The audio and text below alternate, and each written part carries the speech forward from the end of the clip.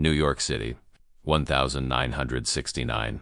The summer heat rose from the pavement in visible waves as construction crews gathered at the entrance to the abandoned subway tunnel on 86th Street. Robert Caldwell wiped sweat from his brow, adjusted his hard hat, and checked his clipboard one last time. At 43, he'd overseen dozens of demolition projects across the city, but something about this one made the hair on the back of his neck stand up. "All right, fellas," he called out to his crew. "City wants this section cleared by the end of the month. These tunnels haven't been used since before the war. Should be straightforward." Mike Donovan, Robert's assistant foreman, approached with coffee in hand. "Boss, you see these blueprints? Something's off." He unfolded the yellowed paper. "This tunnel doesn't match the Transit Authority records. Look at this section here. It's not on any official map." Robert frowned, studying the discrepancy.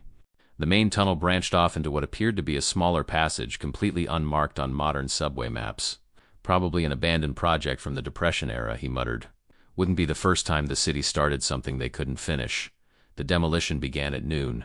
The rhythmic pounding of jackhammers echoed through the tunnel as chunks of concrete fell to the ground.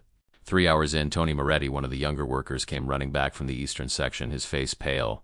"Mr. Caldwell, you need to hear this," he said, his voice trembling slightly.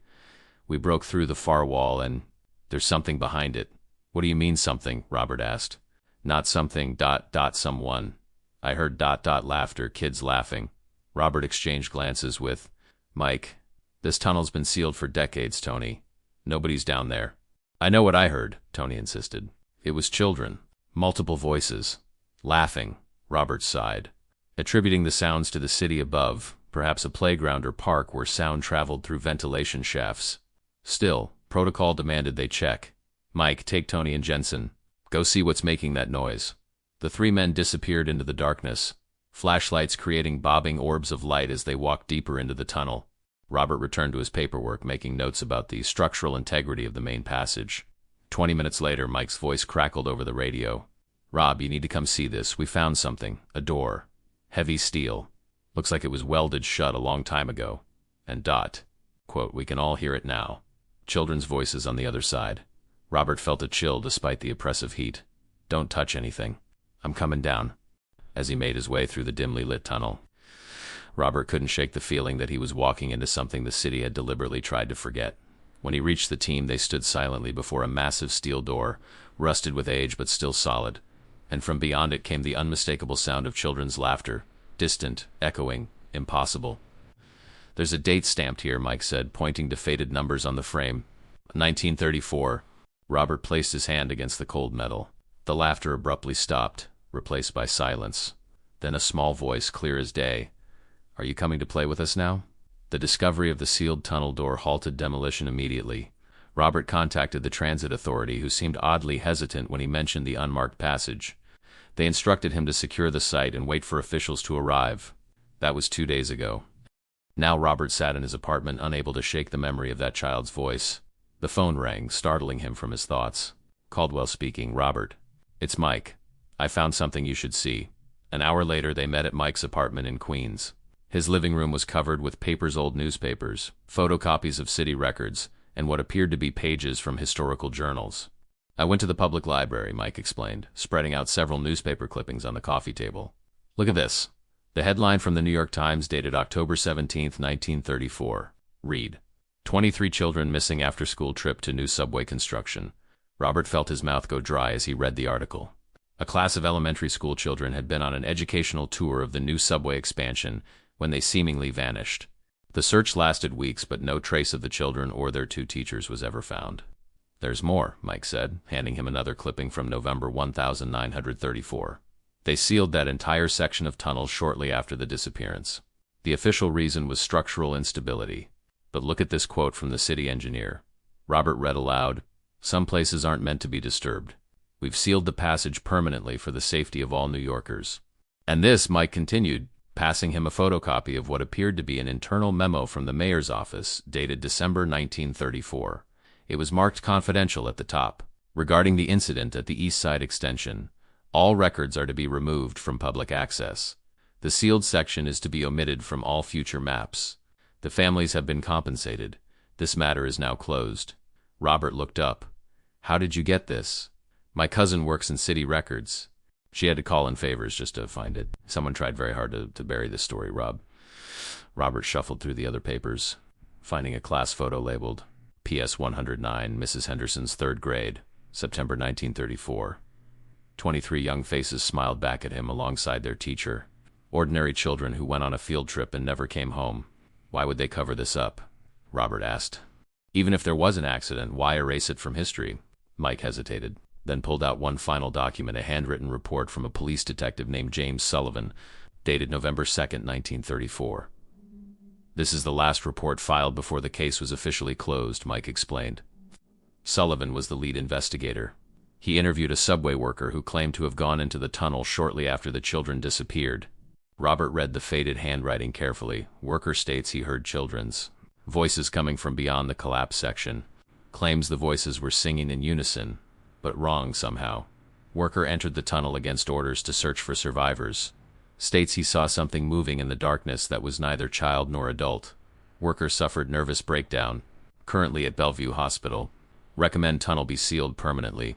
Further investigation unlikely to yield results except more missing persons. A chill ran through Robert's body. This can't be real. There's one more thing, Mike said quietly. I tracked down the class roster. He pointed to the back of the photograph where names were listed in neat handwriting. Third from the left in the front row. Emily Sullivan, the detective's daughter, Robert realized. Mike nodded. His only child. Robert couldn't sleep that night. The faces of those children haunted him, 23 kids who disappeared into the darkness and were subsequently erased from public memory. By morning, he'd made his decision. He had to go back to the tunnel. When he arrived at the site, he was surprised to find it deserted. A chain-link fence had been erected around the entrance with condemned signs posted at intervals. His crew had been reassigned to other projects without his knowledge. Robert ducked under a loose section of fence and made his way into the tunnel. The air felt colder inside despite the July heat above ground. His flashlight beam cut through the darkness as he navigated toward the sealed door they'd discovered. As he rounded the final bend, he stopped short. An elderly man sat on a crate in front of the steel door, smoking a cigarette. When he saw Robert, he didn't seem surprised. Figured someone would come back, the man said, his voice gravelly from decades of smoking. You the foreman? Robert nodded cautiously. Who are you? Name's Frank Pearson. Used to work these tunnels back in the 30s. He took a long drag from his cigarette. I've been waiting for someone to find this place again. Knew they couldn't keep it buried forever. Robert approached slowly. You know what happened here? To those children? Frank's eyes, cloudy with cataracts, fixed on Robert. I was there that day, October 16th, 1934. I was running electrical lines when they brought those kids through on their field trip. Bright-eyed, excited to see the new subway being built. He shook his head. Never should have let them down here. What happened to them? Robert pressed. We told them to stay together, not to wander off. But kids, you know. One minute they were all there, the next. We heard screaming from that passage. He pointed to the sealed door. Their teacher ran after them. Then the second teacher followed. By the time we got there, they were all gone. Just vanished. But that's impossible, Robert said. They couldn't just disappear. Frank laughed bitterly. That's what we all thought. The search parties went deeper and deeper. Some of them never came back either. He leaned forward, but we heard them. For weeks afterward, laughing, singing, playing games in the dark. Beyond that door, Robert felt a cold sweat break out on his forehead. If they were alive, why not rescue them? Because after a while we realized they weren't right anymore. Frank's voice dropped to a whisper. The things they said, the way they spoke, like something was speaking through them. And sometimes late at night we'd catch glimpses, of what? Of children, but not children. Like shadows wearing their shapes. Frank crushed his cigarette under his boot. Detective Sullivan was the last to go in. His little girl was among the missing. He was determined to find her. Went in with a full rescue team. Only he came back and he was changed. Kept saying they were happy where they were. That they wanted to stay in the dark. Frank stood with effort. They sealed it up after that. Poured concrete, welded the door shut. Wiped it from the maps. It's told us never to speak of it again. And now we've opened it, Robert said quietly. Not yet, Frank warned. But you're thinking about it, aren't you? Wondering if those kids might somehow still be alive down there after all these years? He shook his head. They're still there, all right, but they're not alive. Not anymore. As if in response, a chorus of laughter echoed from behind the door, followed by a sing-song chant. Come play with us, come play with us, come play with us, come play with us. Frank gripped Robert's arm with surprising strength. Leave this place. Tell your crew it's unstable, radioactive, anything. Just don't open that door. What's behind it has been waiting for 35 years for someone to let it out. Robert returned to his office at the construction company, his mind racing with what Frank had told him. He needed to convince his boss to permanently abandon the demolition, but he knew how it would sound. Ghost stories about missing children from the 1930s. He needed evidence. As he sorted through his files, his secretary knocked on the door. "Mr. Caldwell, there's a Dr. Margaret Wheeler here to see you. Says it's about the 86th Street Tunnel project." A woman in her 60s entered the room. She wore a tweed suit and carried a worn leather briefcase. "Mr. Caldwell, thank you for seeing me without an appointment. I understand you're overseeing the demolition of the East Side Tunnel extension." "That's right," Robert replied cautiously. "And you are?" "I was a colleague of Detective James Sullivan." She placed her briefcase on his desk. "I worked as a psychiatric nurse at Bellevue in the 1930s. James was brought to our ward after his expedition into that tunnel." Robert's interest sharpened. "Please sit down, Dr. Wheeler." She settled into the chair across from him. "I've been monitoring news about that tunnel for decades. When I saw the demolition notice in the paper, I knew I had to come forward." "What can you tell me about Sullivan?" Robert asked. "And the children who disappeared?" Margaret opened her briefcase and removed a small tape recorder. "James was my patient for 3 years. His mind was fractured by what he experienced. But in his lucid moments, he would talk about what happened. I recorded our sessions against hospital policy." She pressed play. A man's voice, trembling and hoarse, filled the office. "I found Emily, my little girl. She was playing hopscotch in the darkness with the others. But when she turned to me, her eyes, the voice broke into sobs. They weren't her eyes anymore. Something else was looking at me through my daughter's face." Margaret stopped the recording. "James described a presence in that tunnel. Something ancient that had been disturbed during the subway construction. Is it something that found children's forms, useful?" "Useful for what?" Robert asked. "To feed. Not on their bodies, but on something else. Their innocence, their potential, their futures. It sustains itself on what might have been." She took out a journal. James wrote extensively about his theories in his final year. He believed that whatever was in that tunnel exists partially in our world and partially in somewhere else. The children exist in both places at once, not fully gone, but not fully here. Trapped in a state between, that's why they can still be heard, Robert realized. Margaret nodded. James became convinced that the entity was trying to find a way to fully enter our world. The children were its first attempt, but their forms were too small, too weak to contain it completely. It needs more. It's been waiting, growing stronger, learning, and now we've found the door again, Robert said quietly. "Yes, and it knows. It's been waiting for someone to open the way." She leaned forward.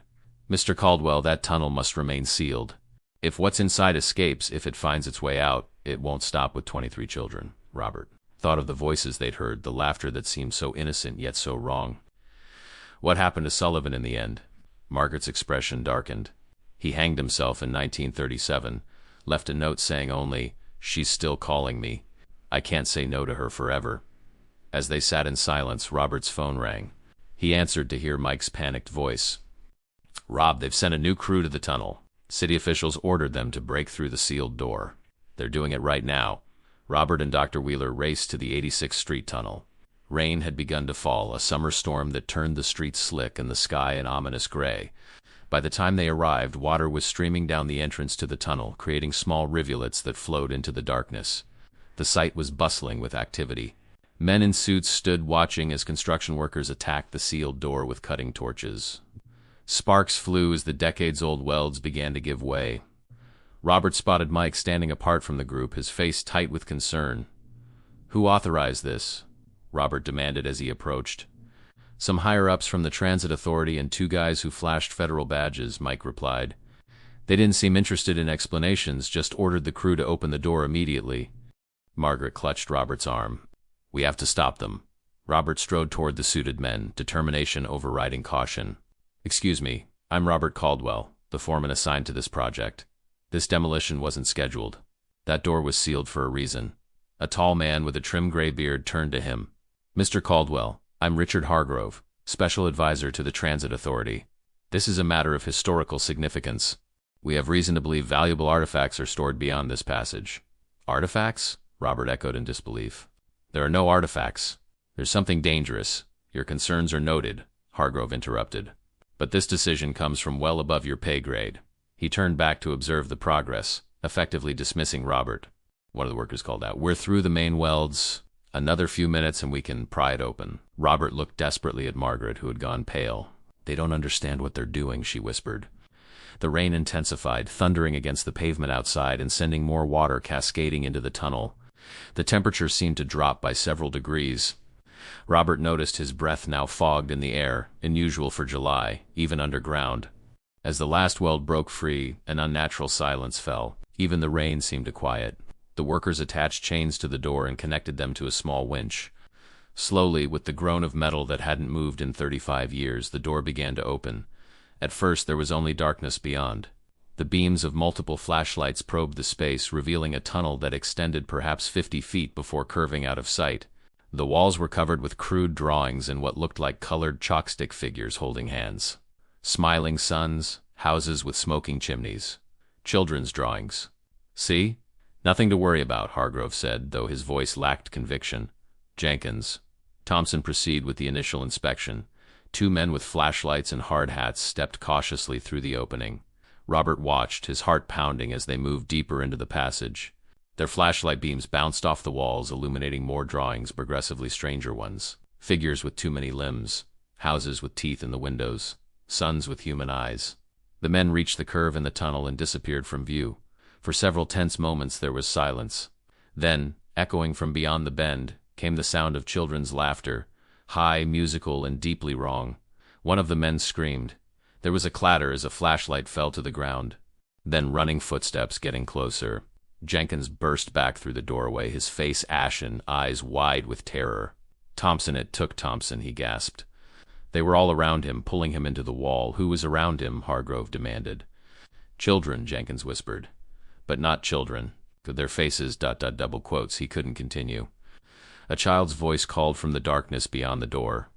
"Won't you come play with us?" It sounded innocent, sweet, but with a subtle wrongness that made Robert's skin crawl. "We've learned so many new games while we waited." Hargrove stepped back, finally showing fear. "Seal it up," he ordered. "Seal it now." But as the workers rushed to resecure the door, the ground beneath them trembled. Water from the increasing rain had been seeping into the tunnel structure, weakening the already deteriorated ceiling. With a deafening crack, a section of the tunnel above the door collapsed, sending tons of concrete and earth crashing down. Men scrambled to escape the falling debris. When the dust settled, the doorway to the sealed tunnel was completely blocked by rubble, but so was their exit path. They were trapped in the small section between the cavern and the mysterious passage. From beyond the curve of the unsealed tunnel came the sound of many small footsteps approaching slowly. 7 of them remained trapped in the collapsed section: Robert, Margaret, Mike, Hargrove, Jenkins, and 2 construction workers named Paul and Dario. Their only light came from 2 flashlights and the red glow of an emergency lantern Paul had been carrying. The cave-in had completely blocked their way back to the surface, and the only other exit was through the sealed tunnel where something waited for them in the darkness. "We need to call for help," Hargrove said, pulling out a radio. Static was his only answer. "Damn it. Cell phones won't work down here either," Mike confirmed after checking his. "We're too far underground." Robert examined the cave-in, testing the stability of the rubble. "We could try to dig our way out, but it would take days with the tools we have. And there's a risk of causing another collapse." "We don't have days," Margaret said quietly, looking toward the open passage. "When night falls completely, they'll come for us." "Who will come for us?" Hargrove demanded. "What exactly is in there, Dr. Wheeler?" Margaret's face was grim in the red emergency light. Something ancient. Something that was here long before the subway, maybe long before the city itself.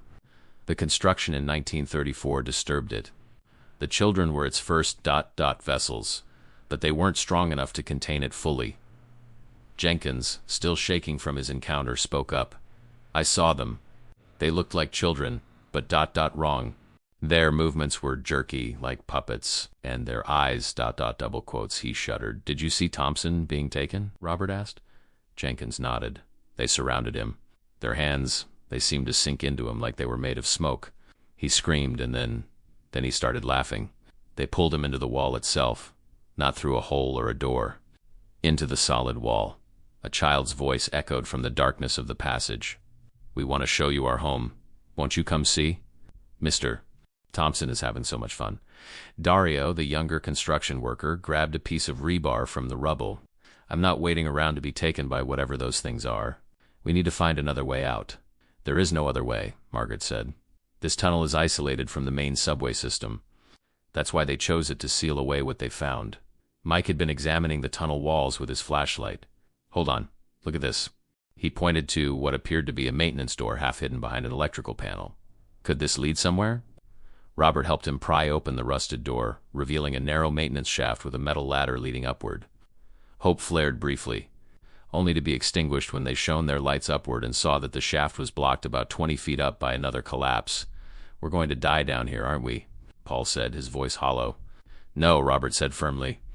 We're going to figure this out, he turned to Margaret. You said Sullivan believed these entities exist partially in our world and partially somewhere else. What did he mean by that? James theorized that they can only fully materialize under certain conditions, she explained. Darkness is essential to them. They're weakest in light, especially natural light. And they're drawn to fear. They feed on it, use it to strengthen their connection to our reality. As if in response to her words, the emergency lantern flickered. For a brief moment they caught a glimpse of small shadows at the edge of the tunnel passage, retreating as the light stabilized. They're testing us, Margaret whispered, seeing how much darkness they need to approach. Hargrove, who had been uncharacteristically quiet, suddenly spoke. We weren't looking for artifacts. His voice was flat, defeated. We were sent to verify reports of unusual energy readings from this section. The department has been monitoring this location for decades. What department? Robert demanded. Who sent you? It doesn't matter now, Hargrove replied. What matters is that the readings spiked last week after your crew first discovered the door. Something changed. Something woke up. A soft, melodic humming began to echo through the tunnel, a children's song, distorted and eerie. With it came a drop in temperature so severe that frost began to form on the metal surfaces around them. They're coming, Margaret said, and we're running out of time. As the temperature continued to drop, Robert noticed something unusual. The frost forming on the walls wasn't spreading randomly, it was creating patterns. Specifically, it was tracing over the electrical conduits running through the tunnel walls. The electricity, he muttered, an idea forming. Dr. Wheeler, you said these entities are weakened by light? Margaret nodded, rubbing her arms against the supernatural cold. Yes, they retreat from it. It disrupts their ability to maintain form in our reality. Robert turned to Mike and the construction workers. We need to get the power back on in this section. These tunnels were electrified at some point. There are fixtures every 20 feet or so. Mike examined the nearest conduit. The wiring is ancient, but if we can find the junction box, we might be able to reroute power from the emergency circuits. As they searched for the electrical panel, the humming grew louder. Jenkins suddenly grabbed Robert's arm, pointing his flashlight down the passage. In the distance, just at the edge of the light's reach, stood a small figure. It appeared to be a young girl in a 1930s school dress, her hair in neat pigtails. She smiled at them, but her smile was too wide, stretching impossibly across her face. "Hello," she called, her voice echoing strangely. "I'm Emily. My daddy came to find me once." "Is he with you?" Margaret inhaled sharply. "Sullivan's daughter." The girl took a step forward, still smiling that terrible smile. "He couldn't stay with us. He wasn't ready yet. But we've been practicing. We're much better now at keeping people with us." Robert stepped in front of the group, keeping his flashlight trained on the girl. The beam seemed to make her outline waver, like heat rising from pavement. "What do you want from us?" he asked. "We want to play," Emily replied, taking another step closer. Where the light touched her form, she seemed to blur, as if not fully solid. "We've been alone for so long, but we're not alone anymore. The deep dark woke up, and now it's teaching us how to leave this place." "The deep dark?" Margaret asked. "What is that, Emily?" The girl's smile faltered slightly. "It was here before everything. It sleeps in the spaces between places. The diggers woke it up, and it was hungry."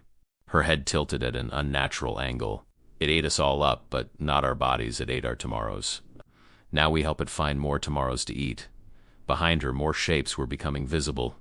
Other children, moving with the same jerky, unnatural motions, their faces similar masks of too wide smiles and empty eyes. Mike called out from further down the tunnel. "I found the junction box." Robert backed away slowly, keeping his light on Emily and the others. "Keep 'em in your light," he told the rest of the group. "Don't let them get close." While Mike worked on the electrical panel, Margaret removed the tape recorder from her pocket. "I have an idea," she whispered to Robert. "Sullivan's final recordings might help us understand what we're dealing with." She pressed play, and Sullivan's tormented voice filled the tunnel. "They exist in the in-between spaces. Not fully here, not fully gone. They're like echoes of the children they once were, but the thing that took them is using them to reach through. It wants to break fully into our world. The child shapes paused at the sound of Sullivan's voice. Emily's smile disappeared, replaced by an expression of confusion. "Daddy?" she called, her voice suddenly sounding more human, more vulnerable. "Dad, is that you?" Margaret fast-forwarded through the tape and played another section. "Emily, if some part of you can still hear me, still remember who you were, you need to fight it. Remember the sunlight, remember our home, remember who you really are." Emily's form flickered violently. For a brief moment she appeared as a normal child, her eyes filled with recognition and fear. "Daddy, help me, it's so dark here and I can't find my way out." Then her expression contorted back into the unnatural smile. "No, she's ours now. They're all ours now." The other child forms began advancing more quickly. Robert and the others backed toward Mike, who was frantically working on the junction box. "Hurry," Robert called. "Almost there," Mike replied. "The circuits are corroded. I need to." Suddenly the children stopped. Their heads turned in unison toward the dark curve of the tunnel. Their expressions changed from hunger to something like fear. "It's coming," Emily whispered. "The deep dark is coming itself. It's hungry for all of you." From beyond the curve came a new sound, not children's laughter or singing, but a low, rhythmic pulsing like a massive heartbeat. The air seemed to thicken, making it difficult to breathe. The flashlight beams weakened, their light absorbed by the encroaching darkness. "Now!" Mike yelled, connecting the final wire. With a buzzing hum, the ancient light fixtures in the tunnel flickered to life. Weak, yellowish light spread through the passage. The child forms shrieked, a sound no human child could make, and their bodies seemed to dissolve into smoke, retreating from the light. But the pulsing darkness beyond the curve continued to approach, unaffected by the meager illumination. "The lights aren't strong enough," Margaret said, her voice tight with fear. "Whatever's coming, it's too powerful." The pulsing darkness moved into view, a shapeless mass that seemed to devour the light around it. Where it touched the walls, the concrete appeared to ripple like water. The temperature plummeted further, causing their breath to crystallize in the air.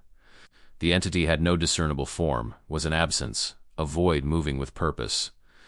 The child forms had retreated to the edges of the tunnel, pressing themselves against the walls as if in deference to the approaching darkness.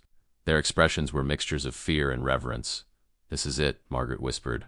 "The thing Sullivan called the deep dark, the entity that took the children." The lights flickered more violently as the darkness approached. Robert noticed that Hargrove had pressed himself against the wall, his eyes wide with terror. Jenkins was praying quietly, while Paul and Dario stood frozen in place. "We need more light," Robert said desperately. "The emergency lantern, crank it to full power." Mike grabbed the lantern and began winding the hand crank furiously. The red emergency light brightened, casting crimson illumination through the tunnel. The darkness paused momentarily, seemingly assessing this new threat. Then from within the void came a voice, not a child's voice, but something ancient and multitoned, as if many voices were speaking in unison. 35 years, it said, the words reverberating in their minds rather than their ears. 35 years I have waited, growing stronger in my prison. The children have been ... insufficient. I require more to complete my crossing. Margaret stepped forward, Sullivan's tape recorder clutched in her hand. Why did you take the children?" The darkness pulsed. "I am older than your city, older than your civilization. I slept in the deep places until your digging disturbed my rest. The children were convenient vessels. Their imaginations made them receptive. But they were too small, too weak to contain me fully." "So you've been trapped here all this time," Robert said, understanding dawning. "Using the children to sustain yourself, but unable to leave this section of tunnel." "Until now," the entity replied. "Your machines weakened the barriers. Your presence has given me the connection I need. Through you I will finally emerge." The darkness surged forward suddenly. Paul screamed as tendrils of void enveloped him, lifting him off the ground. His body convulsed, his eyes rolling back as the darkness seemed to pour into him through his mouth, nose, and eyes. When it released him, Paul stood unnaturally still. When he opened his eyes, they were black voids. When he smiled, it was with the same too-wide grin as the children. "The adult form," Paul's mouth said, though the voice was that of the entity. "So much stronger, so much more ... capacity." Paul's body began to change, his skin rippling as if something was moving beneath it. His joints bent at impossible angles, his fingers elongated into claw-like appendages. Robert grabbed Margaret's arm. "Run! Everyone into the maintenance shaft."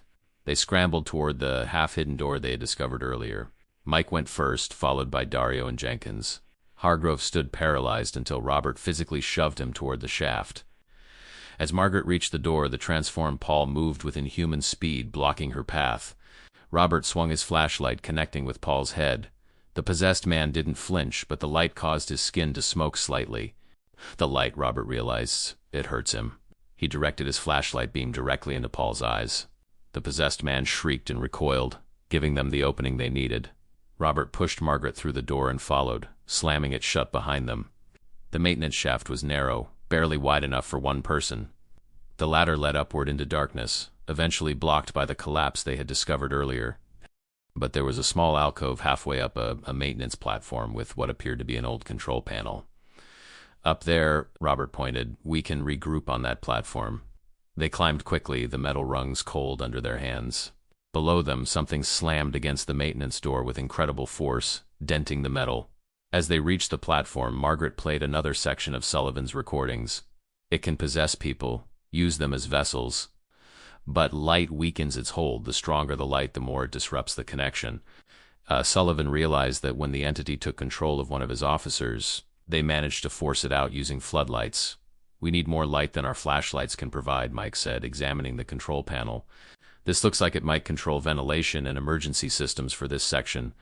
If we can get it working, ... X echoed from below as the maintenance door gave way. They could hear something climbing the ladder, the sound of metal bending under unnatural weight. Work fast, Robert urged, aiming his flashlight down the shaft. In its beam, he caught glimpses of Paul's distorted form ascending toward them, moving with spider-like agility. Dario suddenly pointed upward. Look, there's another passage up there branching off from this shaft. About 10 feet above the blockage, a small opening was visible, other maintenance tunnel running horizontally away from their position. If we can get past the collapse, we might be able to reach that passage, Robert said, studying the blockage above them. But we'd need to clear some of this debris first. Mike had managed to get the control panel open and was examining the wiring inside. I might be able to reroute power to the emergency systems, he said. If there are lights in that upper passage, we could use them to keep that thing at bay while we climb below them. Paul's transformed body was getting closer, his movements unnaturally fluid as he scaled the ladder. Robert could now see that his skin had taken on a grayish hue, and his eyes were completely black, empty pools that reflected no light. Hurry, Robert urged, kicking at a piece of loose debris. It tumbled down the shaft, striking Paul but barely slowing his ascent. Margaret played another section of Sullivan's recording. The entity seems to maintain connections to all its vessels simultaneously, like puppets on strings. Harming one vessel doesn't stop it. It simply shifts its focus to another. But each possession divides its power. The more vessels it controls, the weaker each individual connection becomes. So it's spreading itself thin, Robert realized.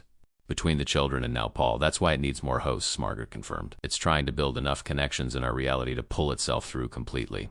Mike connected 2 wires in the control panel, causing a shower of sparks. Suddenly, red emergency lights activated in the shaft above them, illuminating the collapse in the passage beyond it. The effect on Paul was immediate.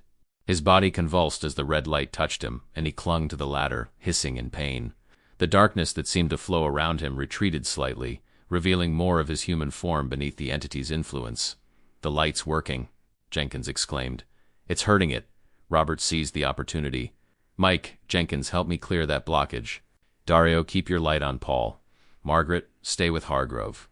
Hargrove had been unnervingly quiet, huddled against the wall of the platform. As Robert glanced at him, he noticed something troubling. A faint darkness seemed to be moving beneath Hargrove's skin, like ink spreading through water. "Margaret," Robert whispered, "look at Hargrove. I think he's been infected too." Margaret turned her flashlight on Hargrove, who flinched and covered his face. "No," he moaned. "The light hurts." "It's already inside him," Margaret said. "But the possession isn't complete yet. We can still force it out with enough light." She directed her beam directly at Hargrove, while Robert, Mike, and Jenkins worked frantically to clear the debris blocking their escape route. They managed to create a small opening, just large enough for a person to squeeze through. "Dario, you go first," Robert ordered. "Then Jenkins and Margaret. Mike and I will bring up the rear with Hargrove." Dario climbed past the collapse and into the horizontal passage, followed by Jenkins. As Margaret prepared to climb, Paul suddenly lunged upward with inhuman speed, grabbing her ankle. "No!" Robert shouted, stomping on Paul's fingers. The possessed man didn't release his grip, but his movements became slower, more labored as the emergency lights continued to weaken the entity's hold. Mike grabbed a piece of metal pipe and swung it at Paul, connecting with his shoulder. Paul's grip loosened enough for Margaret to pull free and scramble up through the opening. As Robert and Mike turned to help Hargrove, they saw that his transformation was progressing rapidly.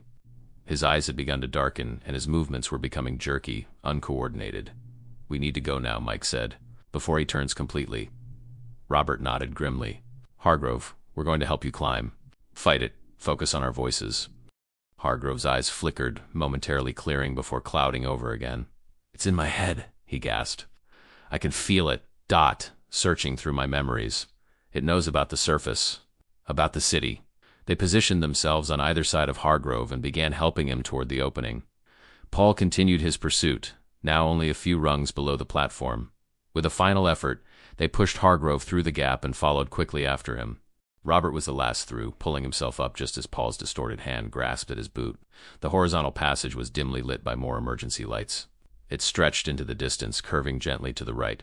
"Do you think this leads to the surface?" Jenkins asked hopefully. "It has to connect to something," Robert replied. "These maintenance tunnels were built to provide access to different sections of the subway system." They continued forward, supporting the increasingly unstable Hargrove between them. Behind them, they could hear Paul forcing his way through the debris, still in pursuit. The maintenance tunnels seemed endless, curving and branching repeatedly. They chose paths that sloped upward whenever possible, hoping to reach the surface. Hargrove's condition was deteriorating rapidly. The darkness beneath his skin had spread, and he mumbled incoherently, occasionally speaking in the same multi-tone voice they had heard from the entity. "We need to rest," Margaret said after they had been walking for what felt like hours. "And we need to do something about Hargrove before he transforms completely." They found a small maintenance room off the main tunnel, little more than a closet with electrical panels and ventilation equipment. Inside, they propped Hargrove against the wall and surrounded him with their flashlights, creating a barrier of light. "The possession is nearly complete," Margaret observed, "but he's fighting it. That's why it's taking longer than it did with Paul." Robert checked his watch. "It's been almost 6 hours since we entered the tunnel. Someone from my company must have noticed we're missing by now. Even if they did, would they know where to look?" Mike asked grimly. "That tunnel section isn't even on the official maps." Margaret had been listening to more of Sullivan's recordings, fast-forwarding through sections, searching for something specific. "Here," she said finally, playing another clip. Sullivan's voice filled the small room. "The entity feeds on fear and negative emotions. It used the children's terror to strengthen its initial hold, then their loneliness and despair to maintain the connection. But positive emotions, particularly strong memories of love and joy, seemed to weaken its influence. When I spoke to Emily about happy memories from our life together, I saw my real daughter emerge briefly from behind that thing's control." Margaret looked up at them. "It's how we can help Hargrove fight it, by forcing him to focus on positive memories, strong emotional connections that the entity can't corrupt." Robert knelt beside Hargrove, whose breathing had become shallow and labored. "Hargrove, listen to me. Tell us about your family. Do you have children?" Hargrove's eyes flickered, momentarily clearing. "2 daughters," he whispered, "and a son." "Tell us about them," Robert urged. "What are their names? What do they like to do?" "Elizabeth is the oldest," Hargrove said, his voice stronger. "She's studying medicine at Columbia. Michael is in high school, captain of the debate team." He smiled faintly. "Little Sarah is only 10. She loves ballet." As he spoke, the darkness beneath his skin seemed to recede slightly. His eyes remained clearer, more focused. "That's it," Margaret encouraged. "Keep thinking about them. Hold on to those memories." "I was supposed to take Sarah to the park today," Hargrove continued, tears forming in his eyes. "She wanted to feed the ducks at the pond. Double quotes suddenly. His body convulsed violently. His back arched, and a terrible scream tore from his throat, part human, part something else entirely.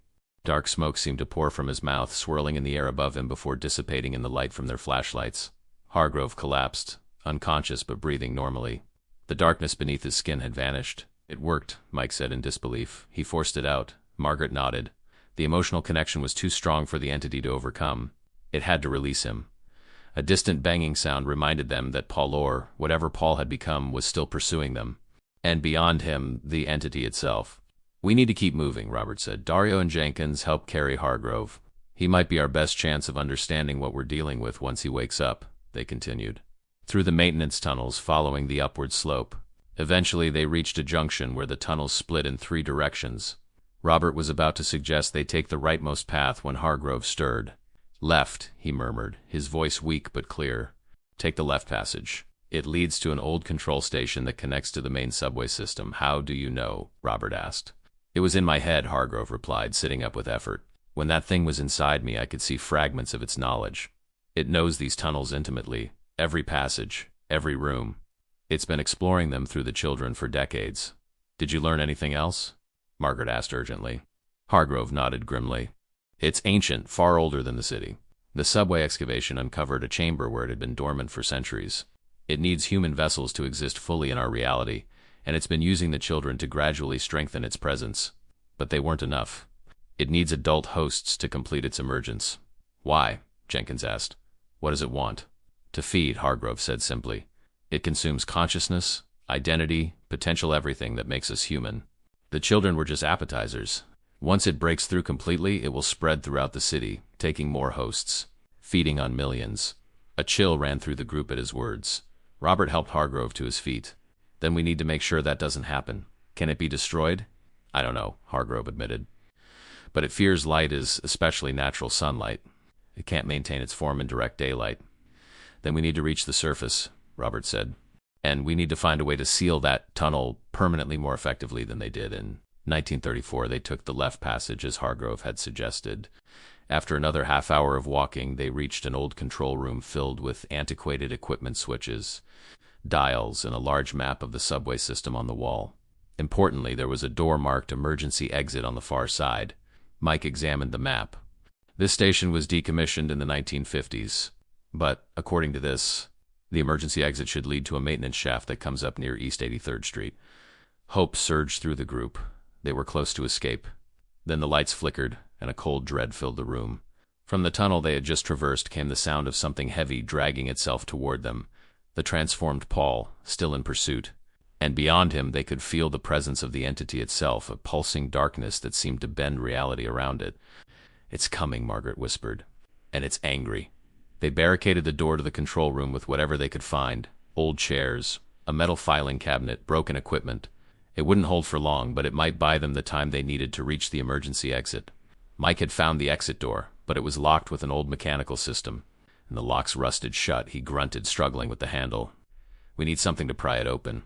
Robert searched frantically for a tool they could use. In a maintenance cabinet, he found an old crowbar, its metal corroded but still solid.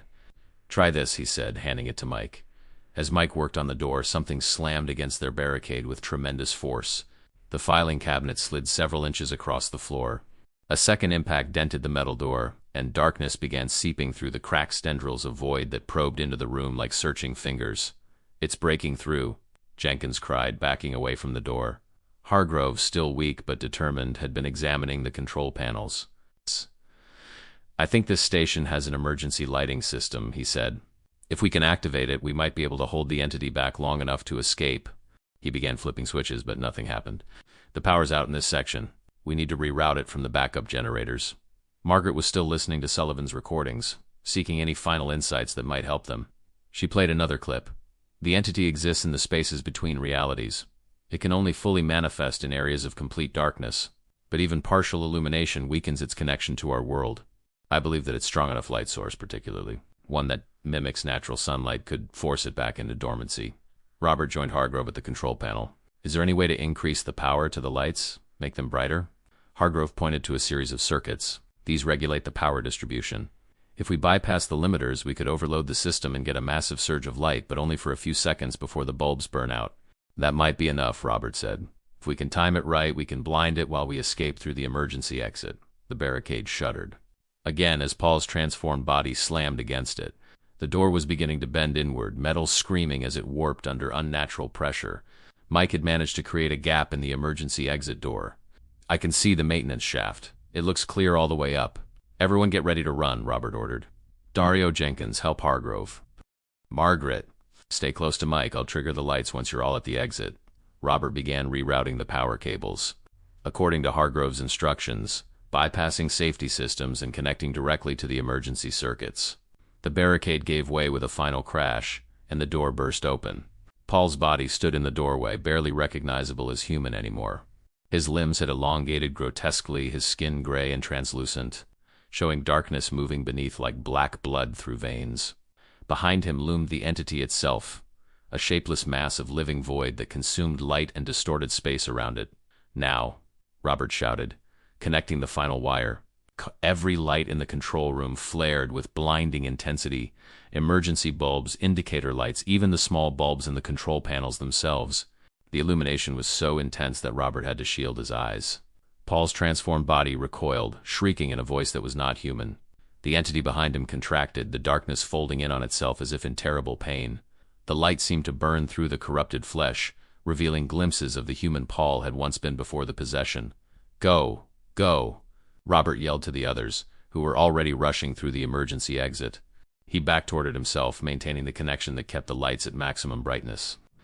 The entity began to withdraw, pulling away from the unbearable light. But as it retreated, it seemed to tear something from Paul's body, his life essence, his very being. Paul collapsed, his body returning to human form as the darkness left him. Robert reached the exit. The others were already climbing the maintenance shaft toward the surface, with a final look at the control room now beginning to darken as the overloaded bulbs burned out one by one. He broke the connection and followed them up the shaft. The climb seemed endless. Robert's muscles burned with fatigue, his lungs struggling for air in the confined space. Above him, he could hear the others reaching the top, the sound of metal grinding as they pushed open a manhole cover. And below him, he felt the darkness rising again, recovering from the temporary setback, pursuing them with relentless determination. Finally, Robert reached the top of the shaft. Hands grabbed him, pulling him up and out onto a street in the early morning light. Dawn was breaking over Manhattan, painting the sky in pink and gold. As Robert emerged fully from the tunnel, he heard a final inhuman shriek from below, a sound of rage and frustration. The entity could not follow them into the daylight. For now, they were safe. Police cars and emergency vehicles surrounded them. A crowd of onlookers had gathered at a distance, held back by uniformed officers. Someone draped a blanket over Robert's shoulders as paramedics attended to the others. "What happened down there?" a police officer asked him. "We got reports of a cave-in at the 86th Street tunnel, then seismic activity throughout the east side." Robert exchanged glances with Margaret and the others. How could they possibly explain what they had encountered? Who would believe them? "There's something down there," Robert said finally, "something that's been trapped for decades. And it nearly got out." In the days that followed, Robert worked with Hargrove, now recovered, and using his government connections to ensure the tunnel system was permanently sealed. They used not just concrete and steel, but powerful floodlights positioned at strategic points throughout the passage. The official story released to the public blamed structural instability and forgotten explosive materials from the 1930s construction. Margaret compiled Sullivan's recordings along with their own accounts into a comprehensive report, which Hargrove ensured reached the highest levels of government. Special containment protocols were established, and monitoring stations were installed to detect any unusual activity in the area. Robert often found himself awake at night, listening for the sound of children's laughter in the darkness. He knew the entity was still down there, waiting. Perhaps it would find another way out someday. Perhaps it would remain trapped forever. But he had learned a terrible truth about what existed in the spaces beneath the city, and the dark places between reality and nightmare. And sometimes when he passed near subway grates in the early evening, he thought he could hear distant, childlike voices calling up from below. "Won't you come play with us? We're still waiting for you." The entity might be contained, but the echoes of what had happened in 1934 would continue to resonate through the darkness beneath. New York City, a haunting reminder of what lurked just beyond the boundaries of the world we think we know.